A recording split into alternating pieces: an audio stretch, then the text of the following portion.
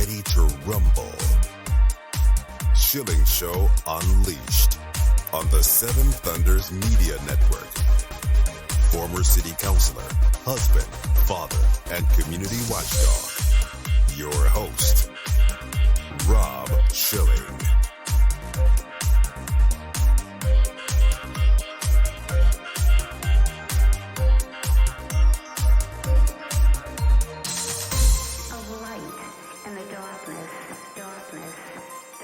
Welcome to the Schilling Show Unleashed Podcast. Remember, your direct support makes our show possible, and you can directly support this podcast by visiting shillingshow.com and then clicking on the Patreon banner at the top of the page to make a monthly contribution. We appreciate your support. The Schilling Show Unleashed podcast welcomes Roy Beck, the president and founder of NumbersUSA Education and Research Foundation, the author, Back of the Hiring Line, a 200-year history of immigration surges, employer bias, and depression of black wealth. And Roy Beck, welcome to the Schilling Show Unleashed. Great to be talking to you again. I'd like for you to first tell our audience a little bit about your organization, NumbersUSA, because you're quite unique in the immigration field and the study of immigration. Well, we started in 1996, and that is the year that the bipartisan Commission on Immigration Reform that was formed by Congress, both House and the Senate, and had a chair that was appointed by President Clinton, and that chair was the illustrious civil rights icon Barbara Jordan. She died just before Congress was to act on the recommendations of that commission, and a few months later, I started NumbersUSA as a website, and it has grown much since then. And the thing that makes us maybe a little bit different from a couple of other of the very large reform organizations, that is immigration reduction organizations, is we really focus on, I would say, trying to reach the centrists, the middle ground of the country. Conservatives have been pretty good. Conservative leaders and certainly conservative Americans have been pretty good at standing up for the workers of the country and for the effect, I say, the quality of life from a moderated immigration rather than this out of control immigration. So we are pluralistic, and we have staff, board, funders that are all across the spectrum, because we believe that reducing immigration is good for all Americans except those who want to exploit each other. It's a very good point. And to the subject of the book and why you wrote it, it's curious to me. This is such a hot button topic, or it should be. And yet there's so many people who don't want to talk about this. In fact, in all the years I've been covering immigration, which goes back to the 1980s in personal interest in Los Angeles, Roy, I have hardly heard anybody outside of a few people talk about this issue, particularly the effect of unchecked immigration on black wealth and black well-being. It's been really hidden. It's extremely discouraging to me. And as you saw in the first couple of pages of the book, I make reference to something I wrote in a book in 1996. I had a book come out just before Congress voted and turned down the commission recommendations. By the way, that bipartisan commission recommended cutting immigration by at least half. And the reasons were pretty much all the reasons that are in my book. In a book I wrote in 96, I did have a couple of chapters about the effects on African Americans. And I really thought that maybe because that got quite a bit of publicity, that is a lot of reviews in major publications. And I thought that maybe some other people who really specialize in Black history would pick it up. And here I am 25 years later, it didn't get picked up. And so about a year ago, I thought I have to write this book. We have to get this history straight. And Rob, I think this is something of a antidote to that 1619 project of the New York Times. I mean, the New York Times is not wrong. The 1619 project's not wrong. That we've had some real difficulties in this country. Certainly, slavery was very harmful. Where I believe my book shows the 1619 project wrong is that it shows that really slavery is not the cause for the extreme wealth disparity in this country. That is, of course, it was the cause in 1840 or in 1860, But what the story in this book shows is that as devastated as most African Americans were in this country at the time of the end of the Civil War, 1865, there was a great improvement in their economics immediately. And for about 15 years, these freed slaves showed phenomenal ability to rise from being denied education, denied skills and socialization in the modern economy of that time. They showed a remarkable ability as they moved north and became part of the Industrial Revolution of that period. If that had continued, if we'd seen that trend continue, I believe they would, the last 150 years would have been remarkably different in this country in terms of race relations. But in 1880, right around that time, the great wave of immigration began. And from 1880 to 1924, we had this massive immigration, just like what we've had here the last 40 years.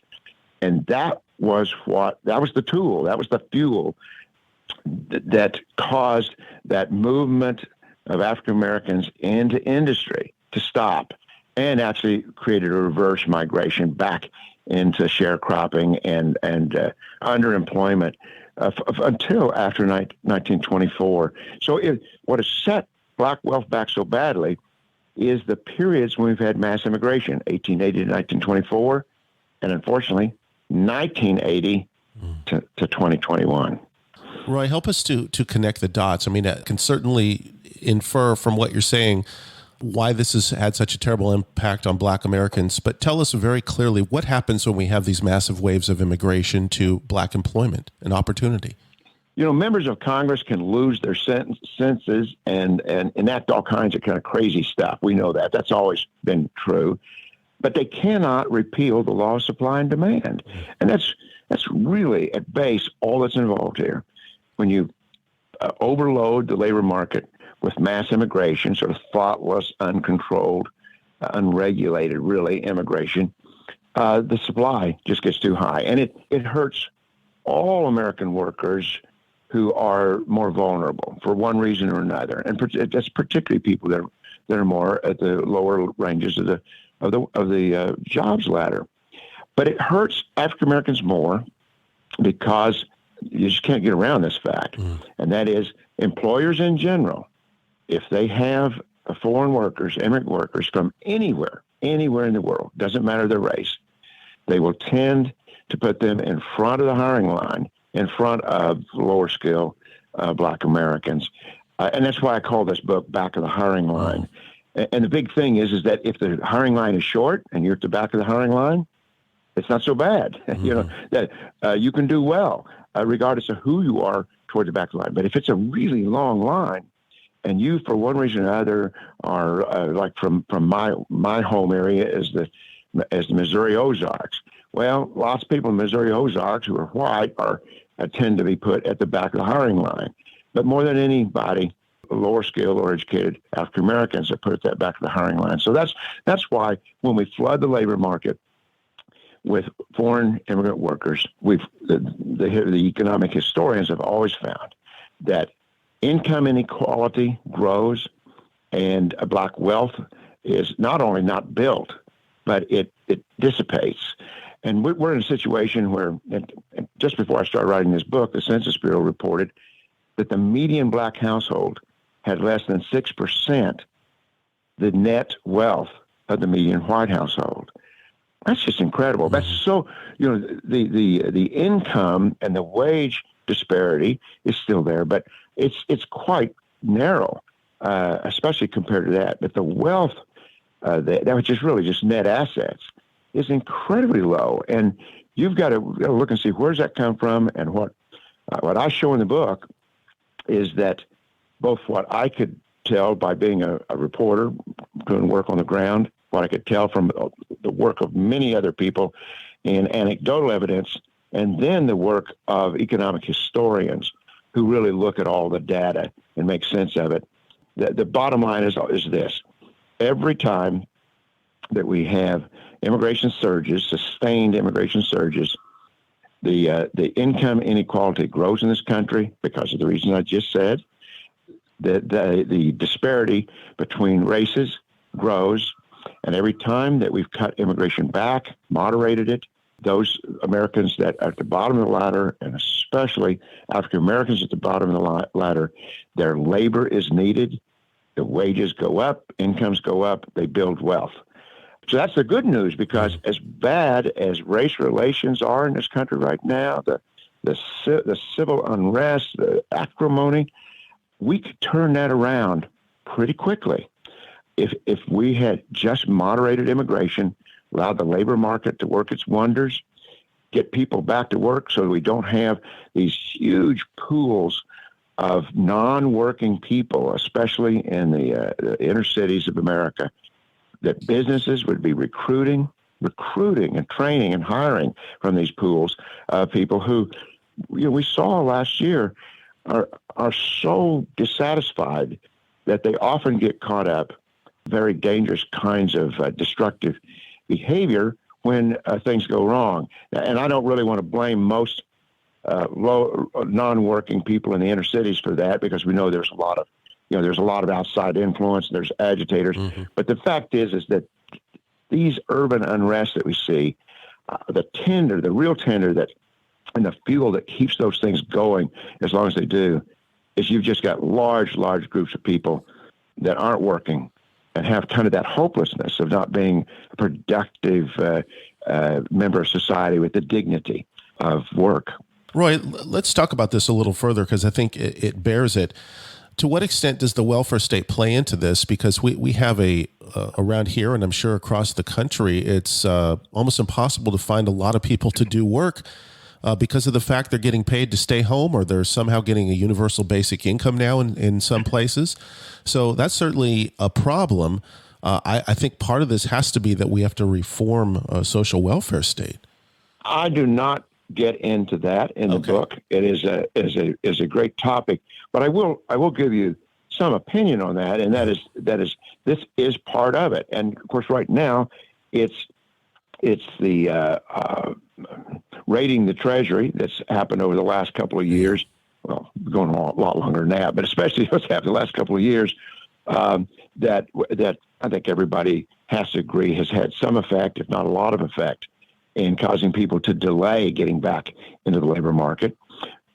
It's also the pandemic itself has created lots of concerns, and it's slowed people getting back in. I think we're in a little bit of a special situation that correct itself if we can get a little further out of the pandemic. But nonetheless, I think you're right that there are some structural issues. Welfare, a lot of people don't realize this, but I'm sure that your listeners are very well of it, is that welfare was meant to be a safety net. It was supposed to be basically modulated so that as you began to need more people into the labor market, you cut it back. Mm-hmm. And then as the economy, you had a big recession in which the economy just simply could not provide the jobs, you would increase it.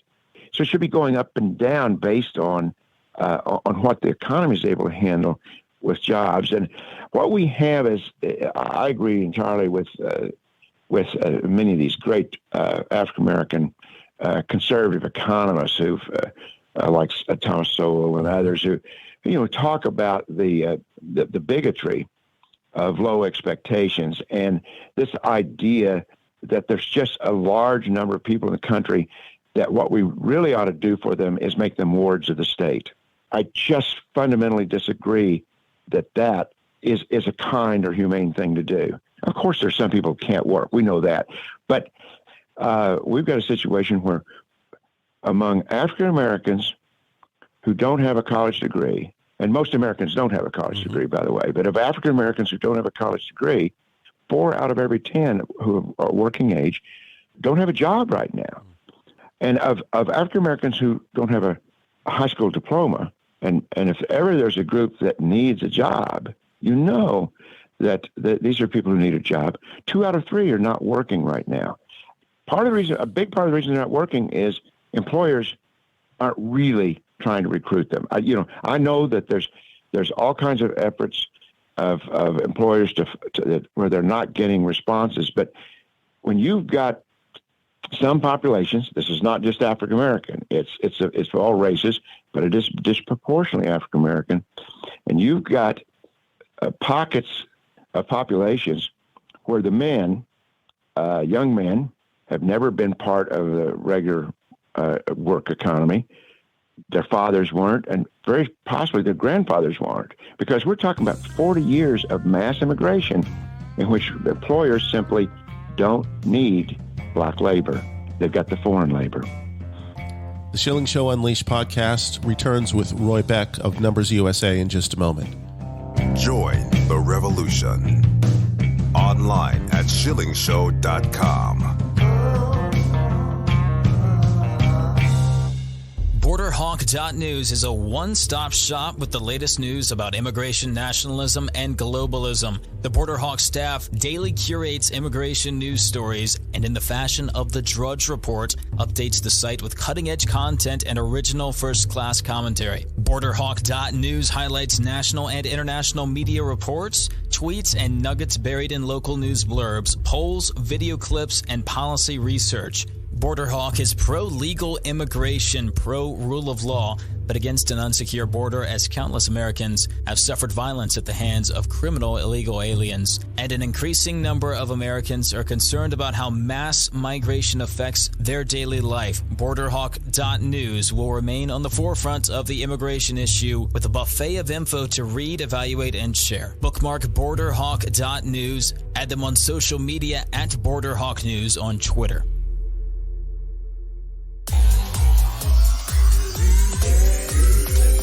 Schilling Show Unleashed. We return now on the Schilling Show Unleashed podcast. Our guest is Roy Beck, NumbersUSA. The new book is Back of the Hiring Line, a 200-year history of immigration surges, employer bias, and depression of black wealth. So let's talk about why we've had these huge waves of immigration. What's driving this? Who has been supporting it? And why have we not been able to get our hands around it? I hope that it will be apparent to people reading this book as they start with the history back in the 1820s, that what they will see is repeated patterns that look so much like what the readers have lived through in their own lives. What you see over and over again is that there are two groups of people who gain money or power, especially, and they are the ones that keep this going every time we have it. In the 100 years ago, actually about 130 years ago, the American people were electing, every 2 years, were electing Congresses where the majority of members of Congress tried to moderate the great wave of immigration. But these two power forces were able to get presidents to veto the bills. And what were the two power sources?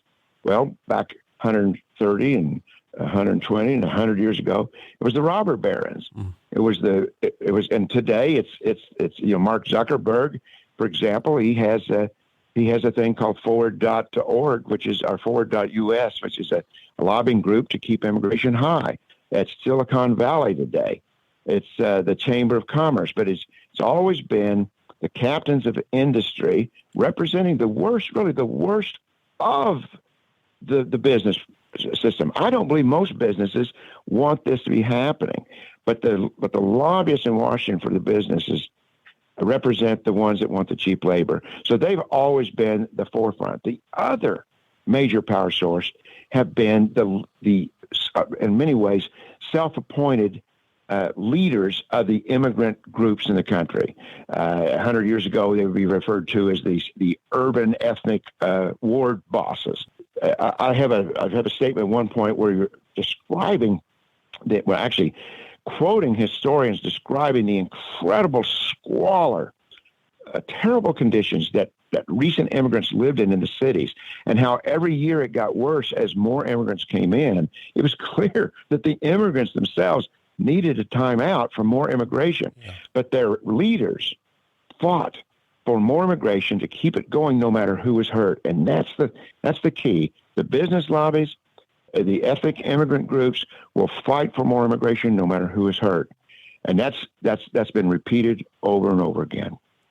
Let's talk about the Great Migration of Black Southerners. Many people may not remember this, or they just don't have knowledge of what happened. But what caused that, and where did they go? And people who live in the South, they've just got to. Some of this is a little hard to hear, but they have to understand that the Civil War devastated the South. Before the Civil War, the South was tended to be the most prosperous part of the country, especially in the colonial period of time. Yeah. But it was destroyed by the war, and it remained as some economists say, a third world country within a prospering first world country for about at least a half century or more after the Civil War. At the time of the Civil War, over 90% of all African Americans lived in the South.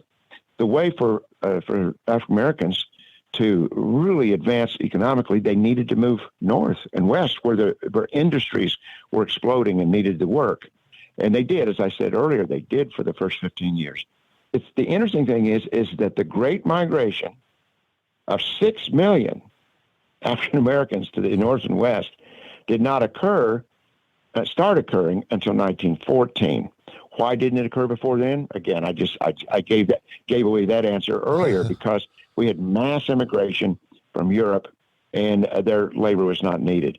In 1914, the World War I started. The ships that were bringing immigrants in every day just couldn't get through like before.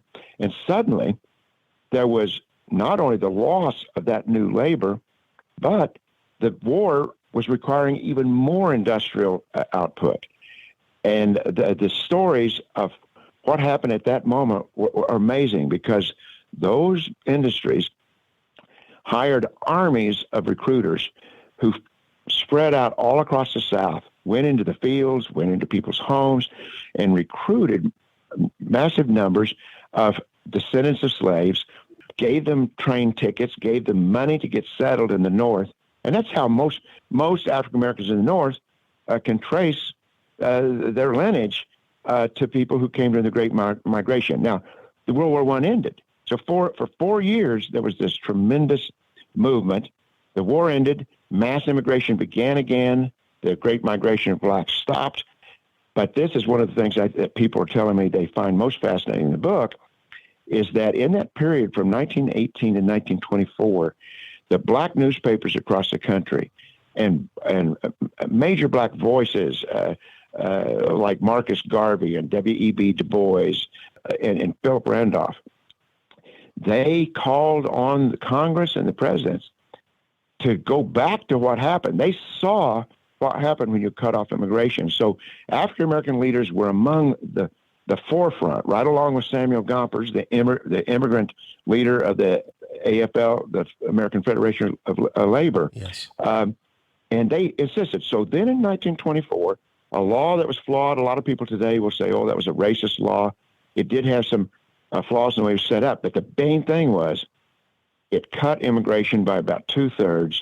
And the word went out through the South, the North is opening up. And that's when most of the Great Migration happened from 1924 to 1965. And during that time, not only did black workers that moved north and south have huge increases in their income, but because the labor market tightened so much in the South, and by the way, there was also a great migration of white workers out of the South as well. Everybody was underemployed in the South. The South had to mechanize it. It had to modernize the economy. Sharecropping started to just fade, and people made their living in more productive ways. And so, therefore, the wages in the South raised too. So the South then ceased being a third world country. And by the 60s, as we know, since the 60s, it's been the place where the biggest economic vitality has been. But the tragedy of this story is in 1965, after 40 years of great economic improvement for African Americans, Congress restarted mass immigration, and it hasn't stopped. Let's go to the 1980s and the wage depression that we saw then, and also what was happening specifically in California, because I was living there at the time and I saw it. And everybody that lived in California in the 80s and 90s, you could see it coming, couldn't you? You could see what had been the Golden State tarnishing right there before your eyes, and you couldn't believe it. I mean, I was in and out of it a lot. Yeah. And you talk to people, and people go, I just can't believe that the governments, the federal government and state government, is going to allow all this, the wonderful gains of the state to be lost. But they did, didn't they? During the 80s, the number of black hotel maids and housemen in California dropped by 30%, while the number of immigrants in those jobs rose by 166%. So you just take one thing there, and that is these are not college degree people. These are people for whom the hotel work was their living. It was the dignity of their life. And 30%, there's 30% drop, pushed out. Sociologists there at UCLA said that blacks were squeezed into a smaller segment of the market. They disappeared from garment sewers, restaurant waiters, bus boys, hospital assistants, and orderlies. And then bank tellers. The number of African Americans who were bank tellers in the 80s fell by 39%, while foreign-born tellers increased by 56%. One occupation after another, African Americans were pushed out by their employers and replaced with the foreign-born. And the African American population has not recovered. It's only gotten worse since the 80s. So finally, Roy Beck, what do we do now? Are there any true advocates for black wealth? And we hear a lot of people calling for reparations and things like that, but I don't think that's the answer. So who are the true advocates, and how are we going to fix the problem? There's not much to pick from.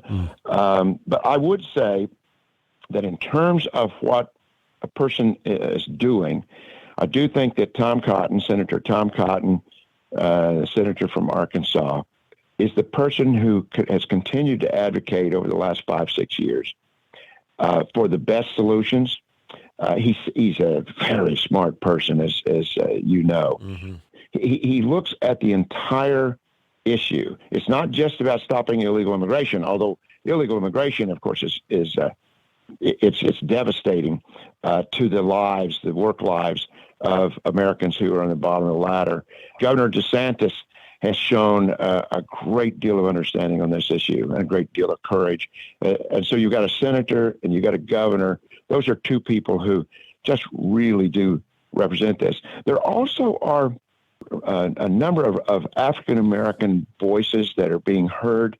Many of these are not, they're not the top elected political leaders or even the top communicators at the moment, but we're seeing more and more of these, especially younger African-American writers, thinkers, who are breaking loose from a kind of a straitjacket that has, I think, cut them off from their history, from what this book has, the history of African-American leadership, not just for blacks, but for all Americans, to tighten the labor market and to moderate immigration.